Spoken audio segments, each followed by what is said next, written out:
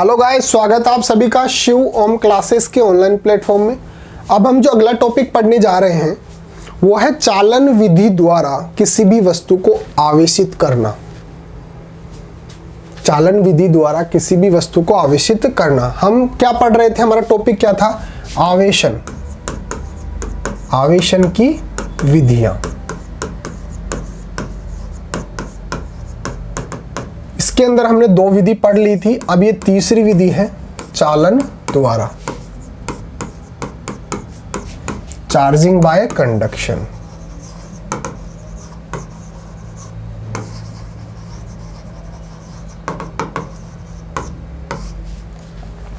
चालन विधि द्वारा आवेशन, यानी कि हम दो वस्तुओं को एक दूसरे से टच करवा कर हम किस प्रकार से आवेशित कर सकते हैं, इसके अंदर हम पढ़ने वाले हैं। टॉपिक शुरू करें उससे पहले आपके लिए एक अनाउंसमेंट है कि अगर आपको अपनी क्लास का कंप्लीट स्टडी मटेरियल चाहिए, जैसे notes, videos, model paper, NCERT solutions, MCQ test, previous year की पेपर, ये सब कुछ चाहिए और वो भी बिल्कुल फ्री के अंदर, तो अभी प्ले स्टोर पे जाइए और शिव ओम क्लासेस नाम से हमारी जो ऐप है वो डाउनलोड कर लीजिए। इसके अंदर आपको अपनी क्लास का सब कुछ फ्री के अंदर मिल जाएगा। SHIVOM, शिव ओम क्लासेस नाम से हमारी जो ऐप है। साथ के साथ हमारा व्हाट्सअप नंबर भी लिख लो, 86 96 60 85 41, 869660 8696608541, 86 96 60 85 41। इस पर आप व्हाट्सएप पे मैसेज करके अपनी क्लास और सब्जेक्ट बताएंगे तो हम आपके नोट्स व्हाट्सएप पर भी भेज देंगे। तो चलिए अपना टॉपिक शुरू करते हैं। चालन विधि द्वारा आवेशन। देखिए, हमने इससे पहले दो विधि और पढ़ी थी। कौन कौन सी? एक तो घर्षण द्वारा आवेशन, घर्षण द्वारा आवेशन, और दूसरी हमने पढ़ी थी प्रेरण द्वारा आवेशन। इसके बारे में थोड़ा सा आइडिया बता देता हूं, बाकी मैंने पूरा वीडियो बना रखा है बिल्कुल डिटेल के अंदर, वो पढ़ लेना।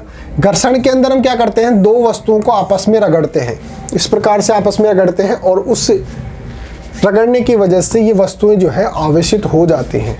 प्रेरण के अंदर क्या करते हैं, हम दो वस्तुओं को एक दूसरे के पास में लेकर आते हैं और पास में आने की वजह से एक होती है आवेशित और एक होती है अनावेशित वस्तु। तो जो अनावेशित वस्तु है, इस आवेशित वस्तु के पास में लाने से आवेशित हो जाती है। वो कैसे होती है डिटेल के अंदर हमने वीडियो बना रखा है। ये दो हमने पहले विधियां पढ़ ली थी, अब हम तीसरी विधि पढ़ रहे हैं।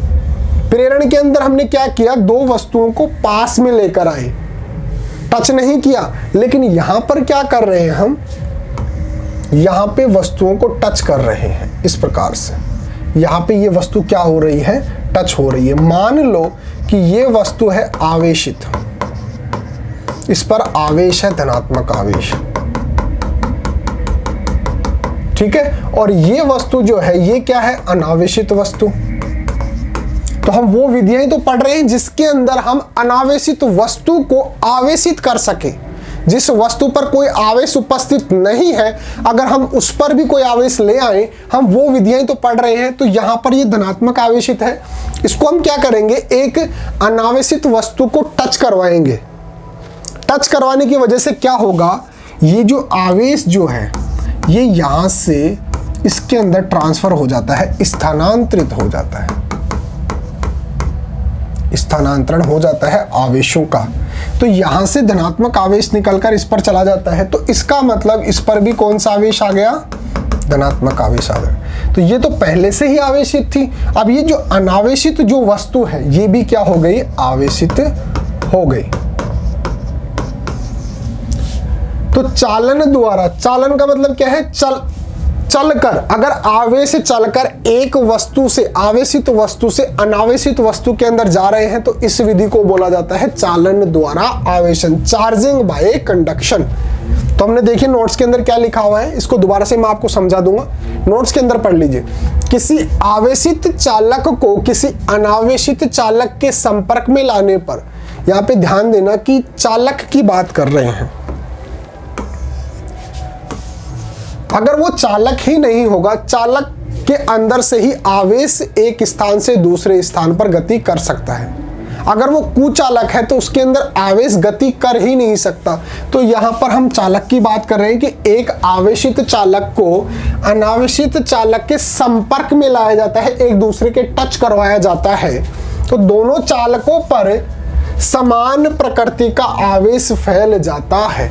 समान प्रकृति का मतलब अगर जो आवेशित वस्तु जो थी धनात्मक आवेशित थी, तो जब उसको अनावेशित वस्तु के टच में लाया जाएगा तो जो धनात्मक आवेश है ये इस पर ट्रांसफर हो जाएगा, यानी कि दोनों वस्तुओं पर धनात्मक आवेश आ जाएगा, दोनों वस्तुओं पर समान प्रकृति का आवेश आ जाएगा। इसे संपर्क द्वारा आवेशन कहा जाता है या फिर चालन विधि द्वारा आवेशन कहा जाता है। संपर्क द्वारा, संपर्क का मतलब दोनों वस्तुएं टच हो रही हैं, एक दूसरे के संपर्क में आ रही हैं। प्रेरण द्वारा आवेशन के अंदर वस्तुएं एक दूसरे के केवल पास में आती है, टच नहीं होती है।